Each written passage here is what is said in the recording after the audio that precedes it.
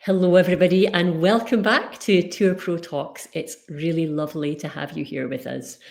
Now, not to blow our own trumpets or anything like that, but you asked and we listened. So, Suzanne and I are back today by popular demand. We really enjoyed talking about homepage copy last time, and judging by your feedback, you found it really useful as well. So today we are here to talk about another meaty topic for travel brands, and it's a topic that's sometimes a little bit overlooked. And that is your about page. So, before we go any further, welcome to our lovely audience. Do please say hello because we really love hearing where you're from, who you are, where you're watching from, and what you do. And while you're popping your names and your hellos into the comments, I'll just share what we have got planned today. So, first of all, there's going to be some super brief intros, just so you know who we are if you don't already. Then we're going to jump straight onto today's focus, which is, as I mentioned before, the About page. And then finally, we'll finish up with your questions. And we really are going to be quite strict today with ourselves and leave plenty of time to answer your questions at the end. So without much further ado, let me start by introducing today's guest, the brilliant Suzanne Michaelis. Hello, Suzanne. Would you like to start by just introducing yourself to our audience? Sure.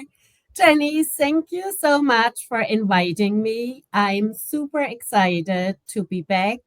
Hello, everyone. I'm Susanna Michaelos. I'm a conversion copywriter and content strategist for conscious travel brands.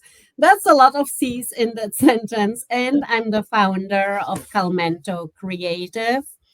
I can help you turn lookers into bookers because I'm obsessed with telling your story, what makes you stand out in your voice. And I'm currently located in the States in the greater Boston area. Back to you, Jenny. Lovely. Thank you, Suzanne. And if you're watching and you don't already follow Suzanne on LinkedIn, I strongly suggest you do. She's a brilliant person to get inspiration from. So just a very quick introduction to me. If you don't already know me, I'm Genevieve White. I'm a travel and tourism copywriter and coach based in the Shetland Islands.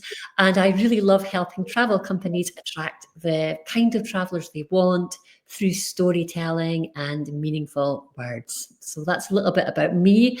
And we've already got lots of hellos. So we're just going to quickly say hi because I just flicked through them very fast on the screen, but we've got Hang from London, Angelica from London. Hi, Angelica. Hi, Hang. We've got Gillian from the south of France, but originally Yorkshire. Hello, Deborah from Vancouver. Good to see the Vancouver posse back. And Stefan, hello, Stefan from Sweden. Martin, you made it, Martin from Turkey. That's amazing. Jennifer from Kenya. Hello, Jennifer. And hello from Venice. Sorry, sometimes it shows up anonymous. Never quite figured out why it does that, but it's lovely to have you all with us. So, yeah, let's get on to the topic of today, which is your About page. And we'll talk for a little moment about why your About page is so important and why it's often so tricky to get right. So the About page is one of the most important pages on your website, second only really to your home page. And people are there because they want to know who you are, what you do, and whether or not you'd be a good person for them to work with. But it is really hard when it comes to writing it. And I think that's probably why you're all here today to get some help with that. So that's what we're here for. In fact, I ran a little poll on LinkedIn just a couple of days ago asking you what you found hardest about writing your About page. And the answers I got back were the two main ones were writing in a way that speaks to your ideal guest. And the second one was making it sound like you. So writing in a natural, authentic voice. So Suzanne, do these answers surprise you? Absolutely not. It is not easy to speak to your ideal guest, and it feels a bit awkward speaking about yourself. So I totally understand that challenge. Mhm, mhm. Yeah, it is. It really is. It really is tricky. Okay, so what we're going to do now is Suzanne and I have categorized the most important elements of your About page, and we've divvied them up. So we're each going to take it in turns to speak about our favorite parts of the About page. And Suzanne, I think you're going to kick things off. So what are you going to begin with? Which element of the About page are you going to talk about first? Of course, we are talking about the top part of your page, the hero section. It's on each page. That is my most favorite part. And here, what I see so many times, your top part on your about page says something like about us, about me, our story. Um, our readers are sophisticated. They clicked about in the menu. They know what page they're on. Your hero section is your prime real estate. Let's not waste that space by saying about us. We open with a headline, a subheadline, and a call to action, like a button that tells your reader what to do next. Treat that like the start of a meaningful connection because this is your chance to make yourself choosable over your competition. So stand out by showing you understand what matters to your reader. Yeah. Jenny, back to you. Thank you, Suzanne. That is an absolutely golden piece of advice there, and Thank so worthwhile doing. Just a quick word to our audience, just to let you know that there will be, I think I did mention this, designated time for Q&As at the end. So if you've got any questions, you can put them on the comments now, and we'll find them if you like. But that's when we'll be answering the questions, is at the end. But we'll have plenty time, so don't worry. Okay, so Suzanne's kicked things off brilliantly there. Now I'm going to talk about something that I say to my clients a lot. And Suzanne, I bet you probably say it a lot to your clients as well. And that is start with your guest, not your own journey. So, yeah, I hate to break this to you, but really, your reader doesn't care that much about you. And when I say that, I mean they don't care about you in the sense of you being an isolated human being. What they care about is you in connection to them. They're wondering, is this person the right fit for me? And they're looking for little signals and clues that can help them to realize that they've landed in the right place with someone who gets what they want, whether they want rest or adventure or reconnection, whatever their version of a dream trip looks like. So before you start on your story, begin with them, begin with your ideal guest, and show that you understand what they're hoping for, and then gently lead them into the part you are going to play in helping them to get there. And I think that's something we often remember when we're writing our home pages, because our home pages are very guest focused and it's all about capturing attention and building trust. But when we get on to writing our about page, suddenly we go into CV writing mode and we're like, oh, yeah, I'm going to mention like all my qualifications and my achievements and my milestones and my hobbies. Okay, so I think a really good way of dealing with this kind of block that sometimes occurs when we're doing our about page is to imagine that you're at a party and you've seen somebody you like the look of and want to get chatting to. You're not going to go up to them and say, "Hi, I'm Genevieve, and I've got a qualification in tour guiding, and I got my grade 2 in piano when I was 5." You're not going to do that. You are going to try and find some common ground.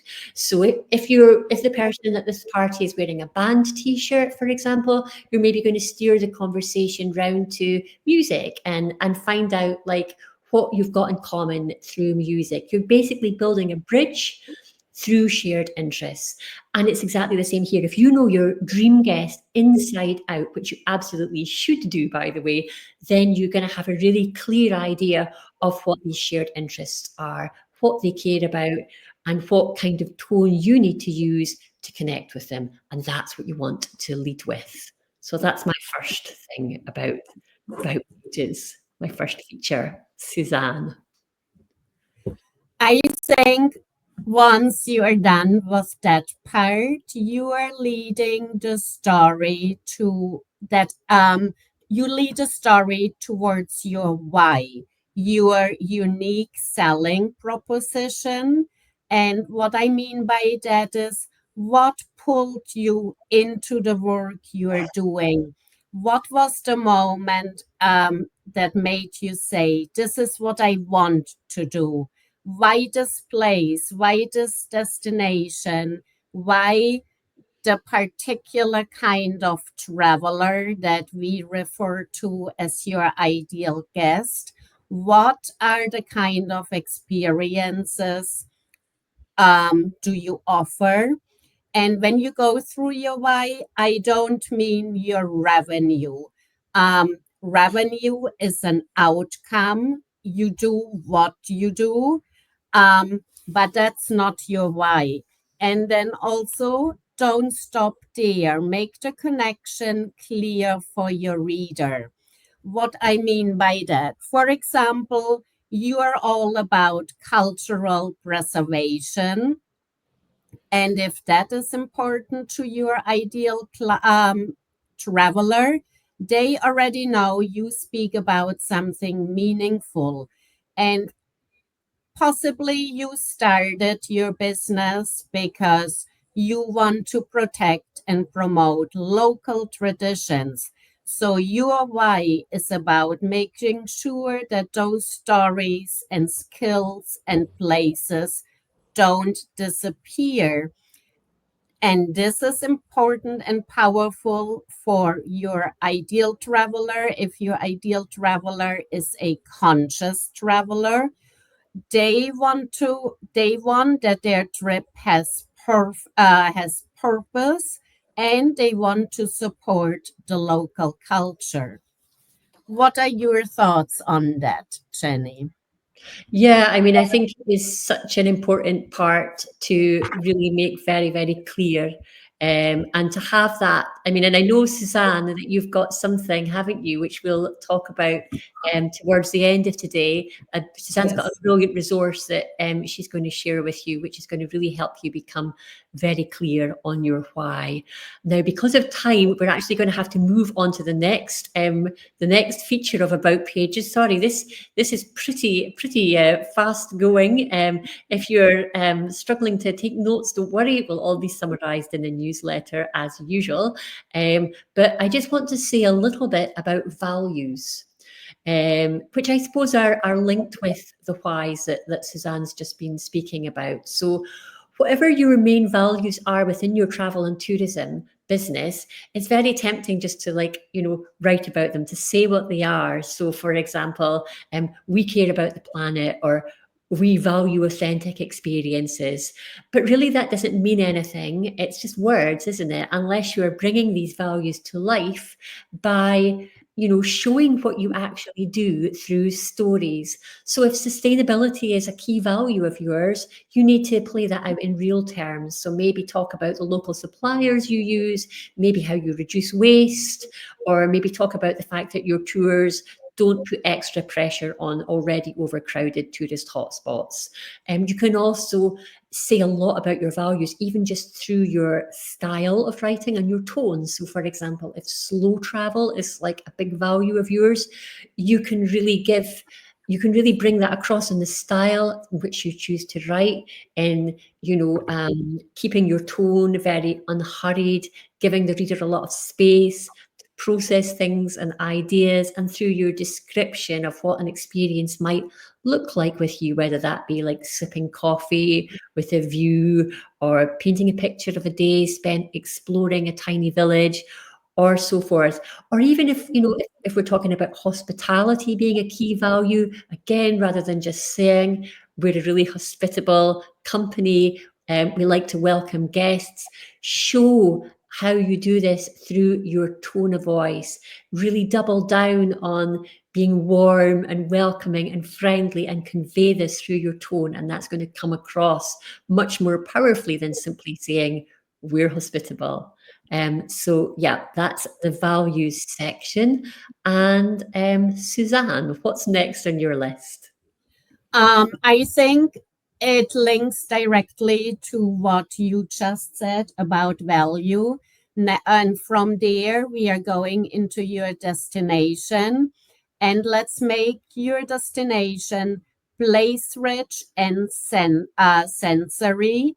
But we need to anchor your copy back to you. What I mean by that, we want to future pace your reader by using sensory language so they can imagine and picture what it's like to be there. Like, what are the sounds, the smells, the sights, and how will that experience feel for your reader?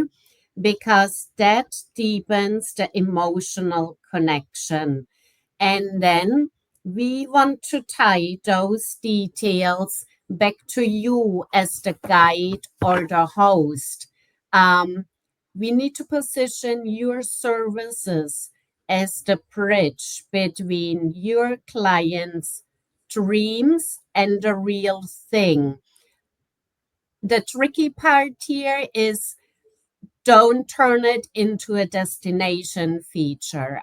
You're not a local tourism board. Bring it back to your offer. Last time when we spoke about a homepage, I mentioned you are holding the golden key to your specific offer because we don't want to encourage your reader to book the tour by themselves because you described it so well, they don't need you any longer. We want them to book the tour with you. So we always need to close a loop that leads back to you. Does that make sense, Jenny? That makes perfect sense. I mean, I think that is such an important point to just you've got the key, and it's just giving your reader just enough of a taste and then showing, as you say, how you can close the loop, which requires, a lot of skill and thought, but it's definitely really important and well worth doing. Okay, we have got two more features on our list, and we're going to get through them quite quickly, so we've got plenty of time for our questions at the end. Now, what I want to talk about is voice, specifically your voice. Now, this is something that you guys spoke about on the poll, finding it hard to sound like you. And I think I understand why. I definitely understand why, because there's so much pressure when you're writing the about page because we want people to like us, right? And we're worried we want to sound professional and we want to build credibility. And we're worried that if we just speak with our own voice and sound like us, then we might sorry, very tongue twisted there. We might put people off. The thing is, though, if you sound like yourself, you are going to attract people who are going to like you anyway in real life. You might put some people off if you sound like yourself. But you know what? That's absolutely fine because you can't appeal to everybody. And if you really want to actually double down on who you are and what you sound like, because that's going to attract the kind of people who appreciate you and the way you work and who want to work with you. A lot of time people get so worried that they end up sounding corporate, or they end up sounding a little bit stuffed shirt or hiding behind a wall of jargon.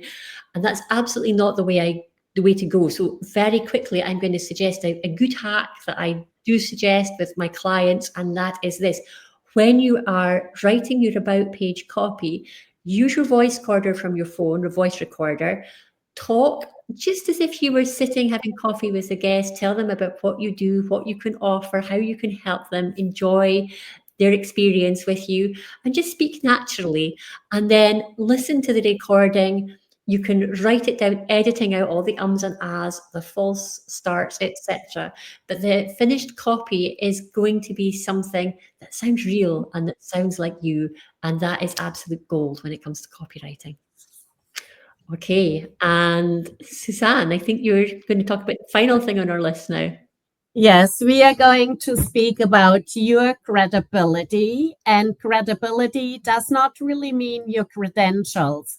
You don't need to list every degree or certificate, but you need to show that you are trustworthy and that you are respected in your space, because your travelers, they want to feel safe physically, emotionally, and financially. They are putting their trust in you to that you deliver an experience that matters to them. For example, you have been featured in Forbes magazine. I mean, shouted from the rooftops. That is such massive social proof. And then mention why it matters to your reader. Maybe you got the article because of the way you give back to your local communities. And that links back to your ideal reader because they love conscious travel. So don't just say, hey, I got featured in Forbes. Say why and mention why it's important to your ideal reader. Absolutely brilliant. Spot on, Suzanne. Thank you so much for these amazing and thoughtful answers. It's been brilliant listening to you. Okay, everyone, we are now on to question time. Now, please do put we've had some hellos from Niall from Ireland. Hi, Niall, and Kirsten. Hello, Kirsten from Scotland. Now, we're going to start. We've actually had some questions in advance, so we're going to talk about them. Some of them I think have maybe been partially answered already by what we've said. Some of them haven't. And then in the meantime, if you guys want to put any questions you've got in the comments, then we'll get to them as soon as we've gone through the existing questions. So our first question then is from Hang, who's here with us today. Hello, Hang. And she says, so the real challenge is this. How do you talk about yourself in a way that still makes it about them? So I think I probably addressed this to some extent when I was talking about writing for your ideal guest and trying to find that bridge, trying to find that shared interest. Hang, I don't know if that was enough or if you want a little bit more. But Suzanne, do you have anything else to add to answer Hang's question? I find it helpful if you always tie it back to your ideal client. And that might sound difficult to understand, but your ideal client or your ideal traveler is not everyone who goes on a trip. Maybe your ideal client are young families with little children that has a complete different language than, let's say, your ideal client are adventure travelers that love to jump out of helicopters left and right. There is a different tone of voice, how you approach those two different groups. And if your travelers are adventure travelers, be adventurous yourself. And I mean, to cater to your client, I'm sure you're jumping out of helicopters left and right too. So share that joy and that tiny bit of fear on the side. Right. I love that. Okay, brilliant. And our next question, this was one of our pre-session questions, is from Gabriella. She says, it can feel like a double-edged sword sometimes. If people read about you and don't resonate with who you are, it can instantly affect how they view your business. Sometimes I wonder if it's better to separate the brand from the person behind it. I'm not sure if it's good or bad. Would love your weigh in on both sides of the coin. Now, I have fairly strong opinions about this myself. What about you, Suzanne? Oh, I would love to hear your strong opinion, Jenny. Go ahead, please. Well, again, I think I maybe touched on it in some of the things I said earlier, but I really do feel that if people read what you've written, and they don't resonate with what you're saying and what you've written, then there's probably a reason for that. Now, there's a saying that, if your copy if you write copy that appeals to everybody, you'll appeal to no one. So it's actually okay if some people read your about page and think, no, I don't want to work with them. That's okay, because that means you're going to be attracting people, the right kind of people who do want to work with you. You have to, it's not about being afraid of putting people off, because your services are not going to be for everybody. Really double down on what's important to you, on your why, as Suzanne said earlier, and really, be you, do you, and that way you'll actually see greater returns, and you'll also find that you have a better experience in your working life, because you're going to be working with people who get you and appreciate what you offer. Suzanne? Yeah, I love that. And I think we all have a fear because you just said that you can't attract everyone because you attract no one. So why don't you just switch that around and try to repel all the travelers that are not right for you. Try that angle and then do your rewrite and say honestly who you want to attract. Be bold. Say, I only cater to adventure travelers, mature adventure travelers, something like that. Like that, you're repelling everyone else because, and I don't mean that in a mean way, but if you don't, your services are not supporting young people with small children, you are not helping them finding the best travel company for their needs. Does that make sense, Jenny? Perfect sense. Yeah, I think we are both singing from the same hymn book there. Yeah. Okay, we've just got a couple of minutes left. Now, here's a question from Stefan Peterson, who's here today. Hi, Stefan. So he's talking about the use of ChatGPT for personal introductions and about me texts. And I think that this is a really it's a really good thing to speak about, isn't it? Because how many people will be using AI to write their about pages, and what does that mean? Now, there's no way we can answer this question in 3 minutes. I think we'd need an hour to talk about this subject. But very quickly, Suzanne, your thoughts? Well, that is a bit a tricky question. And I think if you want to work with AI, you already need to know your ideal client. You need to know your why, because you will need to feed those prompts into AI. So AI has a background story. If you just ask AI, write me a wonderful about page, you will get words that don't sound like you or your business. Yeah, I saw a really good post the other day. Sorry, Suzanne, I think I interrupted you. No, go ahead.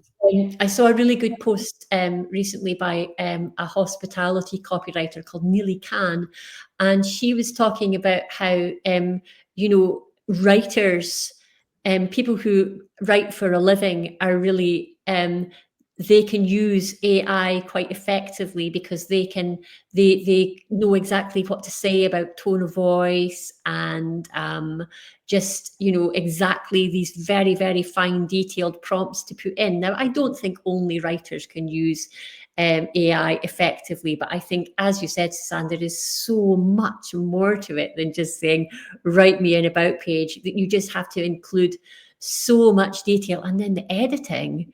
And then even I think sometimes as well, just having that spark of ideas yourself that come from knowing your guest, that come from your why, that come from your values, AI can't give you that. So that has to be something that AI can assist you with and augment, but that needs to be coming from you, within you, rather than externally. Right, we have got 1 minute.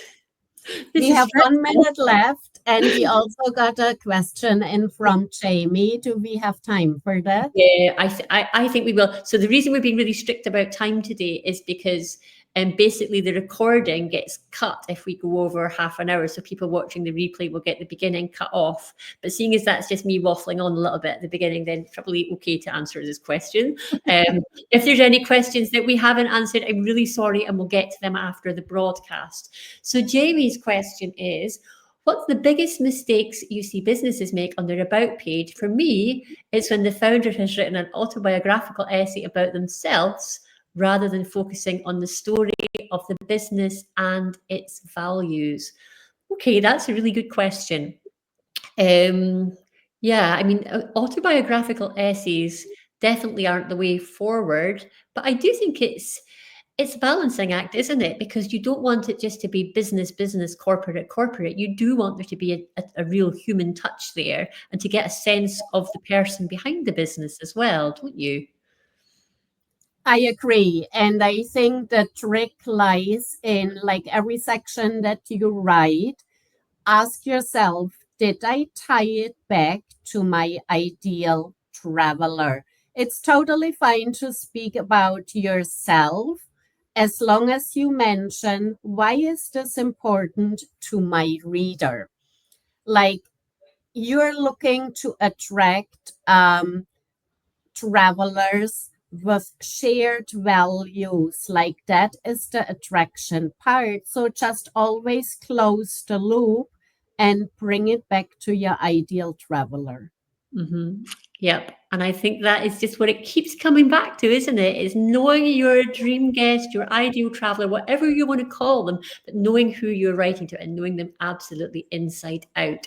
Now, time is just about out. We don't have any more times for questions, but I'm going to put Hang's question on the screen because it's an awesome question, and we can go and we can both add our comments to it, Suzanne, afterwards. And I'm sure we both have slightly different things to bring to that super question from Hang. Thank you. I'd like to say a huge thank you to all of our audience for being with us today. On the comments, I'm going to put a link to Suzanne's excellent workbook resource, which is all about finding your why, as she spoke about earlier. I'm also going to put a link to my sign-up page next week. I'm doing an email mini course. I've been doing one on homepage this week. Next week is going to be all about your about page with a wee lesson and insight every day. So if you fancy learning more, then that would be a good thing to subscribe to. And Niall says, thank you for sharing your wisdom. It's very helpful. Thank you for there, Niall. Thank you to my fantastic guest, Suzanne. Thank you to all of you. Oh, thank you, Jenny. Thank you. See you soon for another Tour Pro Talks. Goodbye. Bye.